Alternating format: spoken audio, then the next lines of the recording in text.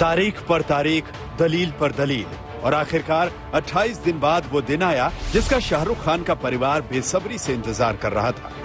आर्यन खान को जमानत मिली, जिसके 2 दिन बाद आखिरकार आर्यन आर्थर रोड जेल से वापस अपने घर मन्नत लौटे।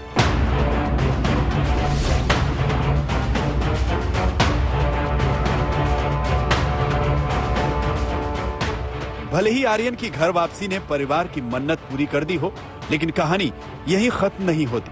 आर्यन खान को भले ही जमानत मिली हो, लेकिन वो आरोपों से बरी नहीं हुए हैं। न अनन्या के साथ हुई ड्रग चैट पूरी तरह खारिज हुई है, न ही आर्यन के ड्रग्स लेने के आरोप से वो पाक साफ निकले हैं।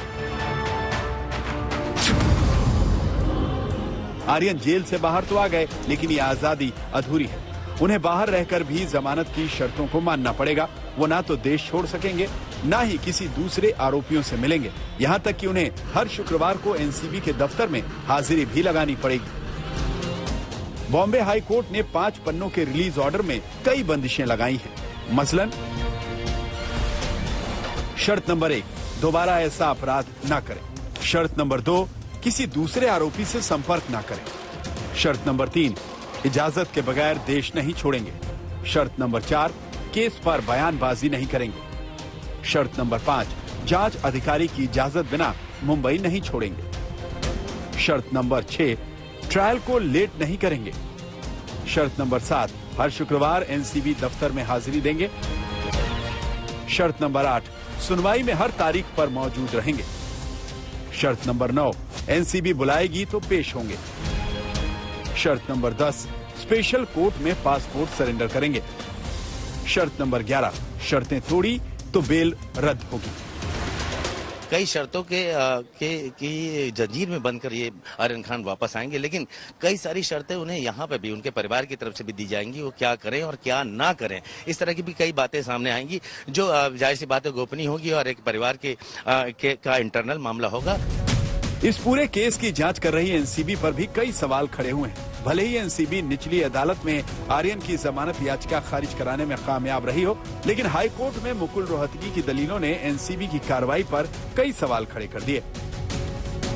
In this case, what have you seen? Just 5-7 young people who have been arrested at a cruise terminal. 1 month has gone by. Nothing has happened. I mean, 1 month's investigation has gone by. What is the result of their investigation? Nothing. Otherwise, somebody would have come forward and said, look, we discovered from these people, we discovered from their statement, this, that, and we found something more. I mean, we have found nothing else.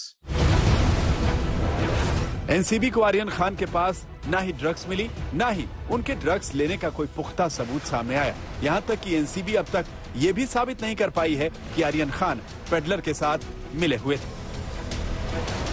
These are young people, 22, 23 years of age. I mean, there is no proof of any consumption or peddling or carrying large amounts, etc. So it was certainly a case, at least in Aryan Khan's case, it was a case where even an arrest should not have been made. Because many others, I am told, were released from the cruise terminal itself, who were similarly placed. But in his case, this is how it happened. अब सवाल NCB की पूरी कार्रवाई पर खड़े हो रहे हैं। केस की जांच कर रहे समीर वानखेड़े खुद जांच की गिरफ्त में आ चुके हैं। जहां समीर वानखेड़े पर गिरफ्तारी की तलवार लटकी हुई है, वहीं रोज नए आरोप वानखेड़े की मुश्किलें बढ़ा रहे हैं। ऐसे में सवाल खड़ा होता है कि आखिर अब ये केस आगे क्या मोड़ लेगा। इतनी फजीहत झेलने के बाद अब एनसीबी आगे की जांच किस तरफ ले जाएगी और क्या आर्यन इस मामले में पूरी तरह बरी होंगे? आज तक ब्यूरो।